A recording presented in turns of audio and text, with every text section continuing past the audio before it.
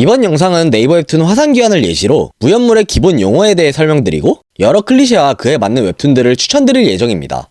입문을 위해 알아두면 좋은 기본 지식 위주의 영상이니 웹툰 추천만 받고 싶으신 분들은 5분 15초로 넘겨주세요. 무협, 대충 먼 옛날 시대를 배경으로 만든 동양 판타지 작품을 말합니다. 무협물은 대부분 비슷한 세계관을 지니는데 작품 등장인물들은 세계관 공통 에너지인 내공을 운영하고 내공을 활용하는 기술인 무공을 사용하는 특징이 있습니다. 무협물은 이 힘을 이용해서 강호를 누비는 사람들의 이야기인 것이죠.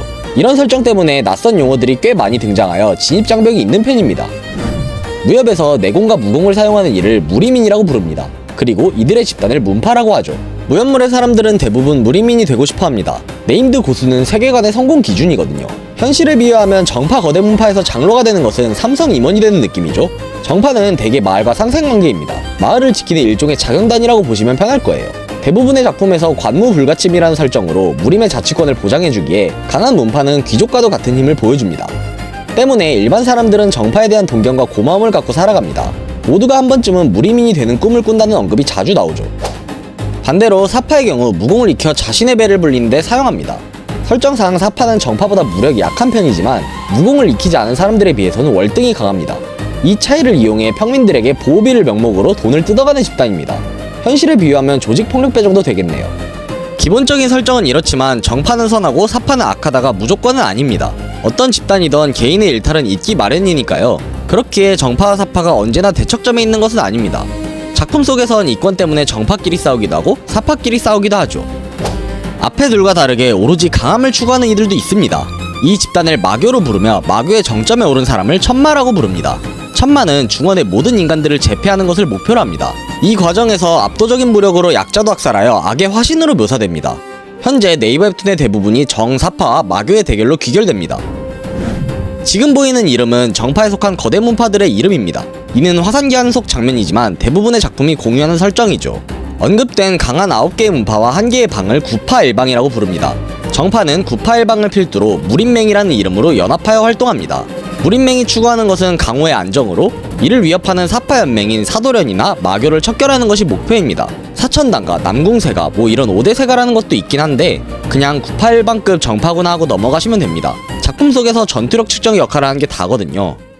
작품에 따라 구파일방이 조금씩 바뀌긴 하지만 비슷합니다. 네이버 웹툰 한정으로는 소림, 무당, 화산, 개방 정도만 아시면 될 거예요. 이들은 어떤 작품에도 거대 문파로 등장하는 근본 문파니까요. 사파의 경우 근본 문파는 정파의 개방과 비슷한 정보 문파인 하오문 외엔 없고 마교는 여러 문파로 나뉘지 않는 하나의 종교로 나타나기에 미리 알아둬야 할 문파는 따로 없습니다. 작품마다 구파일방이 바뀌는 이유는 간단합니다. 주인공이 망한 문파를 이렇게 세우는 것이 클리셰거든요. 명문 문파에서는 주인공의 활약이 돋보이지 못하니까요. 그리고 밑바닥에서 시작하여 비웃음을 이겨내고 천하제일인이 되는 것, 이게 탄탄대로를 달린 것보다 더 멋있기도 하고요. 로드 투 천하제일은 이런 단계로 나뉩니다.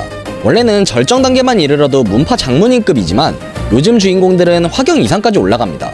절정은 육체 단련, 명상, 무공을 열심히 수련하면 자연히 도달하는 경지이지만 웹툰이 이러면 재미없잖아요. 회, 빙, 환을 이용하여 경지 상승 기간을 비약적으로 단축시키고 전통 무협보다 더 높은 경지에 오르도록 빌드업합니다.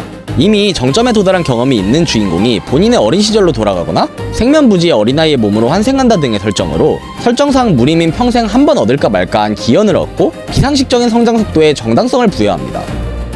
가장 대표적인 기연은 영약입니다. 몇십 년 수련해야 늘어나는 내공을 약 하나로 퉁치는 것이죠. 스탯 증진이라고 보시면 편할 거예요. 효능에 따라 가격이 천차만별이고 좋을수록 비싸고 희귀하다는 설정입니다. 그 다음이 무공을 알려주는 책인 비급입니다. 일종의 스킬북이라고 보시면 됩니다. 같은 내공을 지닌 사람이면 무공 수준 차이에 따라 승부가 갈려 무리민이라면 비급에도 침을 질질 흘리게 됩니다. 그러나 비급이 있다고 해도 누구나 무공을 익힐 수 있는 것은 아닙니다. 주인공급의 천재들이나 가능하다는 설정이죠. 무공은 동작을 알아도 초식마다 내공을 운용하는 방식이 다르고 그에 맞는 보법도 다르거든요. 귀한 영약과 무공이라도 무분별한 남용은 금물입니다. 잘못된 방식으로 무공을 펼치게 되면 내상을 입거든요. 신체의 기맥이 뒤틀려 속이 상한 것을 표현하는 용어이죠. 반대로 영양만 섭취하고 그에 맞는 몸을 만들지 않으면 정신이 망가지며 주화인마에 빠지게 됩니다. 한번 주화인마에 빠지면 폭주하게 되며 이전으론 돌아올 수 없습니다. 그렇기에 무협물의 성장은 균형을 맞추는 것이 중요합니다. 그래도 주인공은 항상 이러한 리스크를 이겨내고 성장하는 클리셰가 있습니다. 이 정도 알고 계시면 무협물의 기본 설정과 클리셰는 마스터입니다. 작품마다 조금씩 다르긴 하지만 크게 벗어나진 않거든요. 마지막으로 취향에 따른 웹툰 추천 후 영상을 마칠 예정입니다. 제가 본 것들 위주로 다루니 다른 재밌는 작품들이 있다면 댓글 남겨주세요. 먼저 전통무협입니다. 주인공은 보통 무공에 천부적인 재능이 있는 고아입니다. 가족 대신 사부가 부모의 역할을 해주지만 이는 오래가지 못합니다. 사부는 악역 보스에게 초반부에 죽게 되거든요. 복수를 위해 사부님을 죽인 원수를 찾아 강호로 나가는 것이 클리셰입니다. 예시 작품으로는 고수, 앵무살수, 사신이 있습니다. 모두 주인공이 정파라기엔 대의가 없고 사파라기엔 착한 것이 특징입니다. 종래엔 원수와 일기토 뜨는 뻔한 스토리의 작품들이지만 개성있는 액션씬과 연출이 요즘 웹툰들과는 궤를 달리합니다. 이 중 가장 인기 있던 고수를 예시로 들면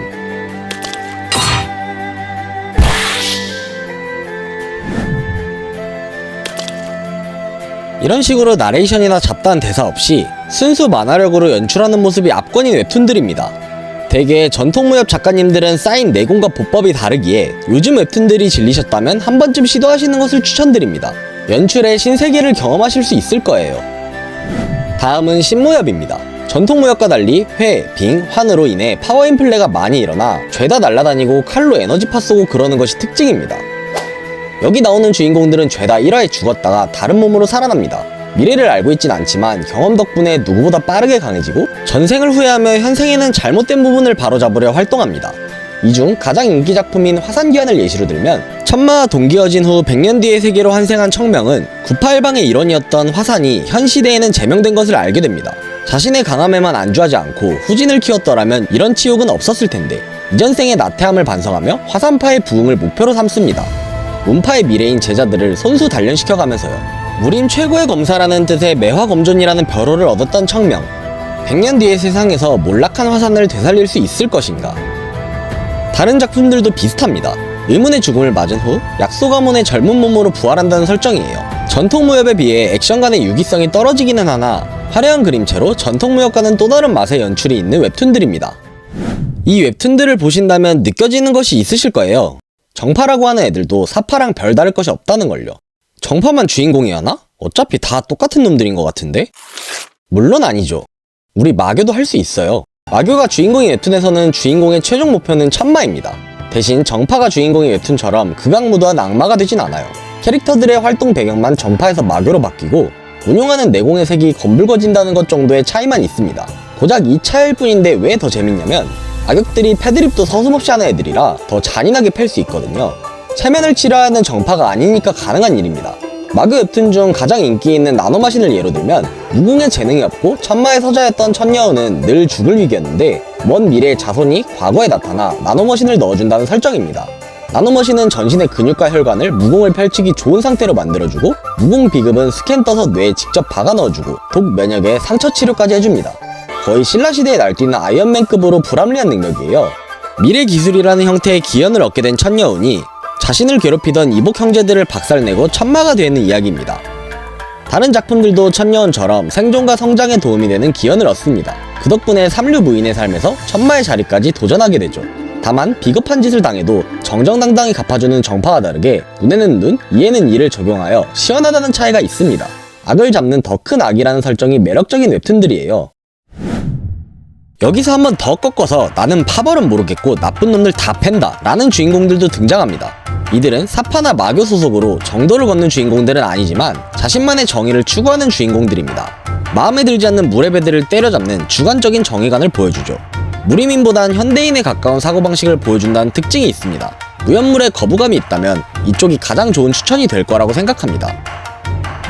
내용 부분은 사실 큰 차이가 없으니 자잘한 설명보단 제가 본 것들 기준으로 우선도를 알려드리고 영상 마치려 합니다. 기준은 전개의 쫄깃함, 스토리 몰입감, 빌드업 뽕맛 3가지로 잡았습니다. 재미로만 봐주시면 감사하겠습니다.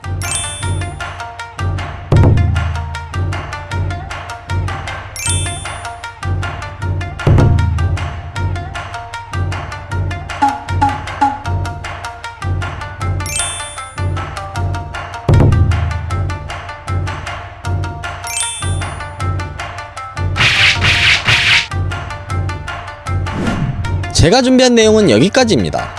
지금까지 네이버 웹툰 무협물 입문편이었습니다. 무협물의 입문 혹은 추천을 원하신 분들께 도움이 됐길 바랍니다. 영상 끝까지 시청해주셔서 감사드립니다.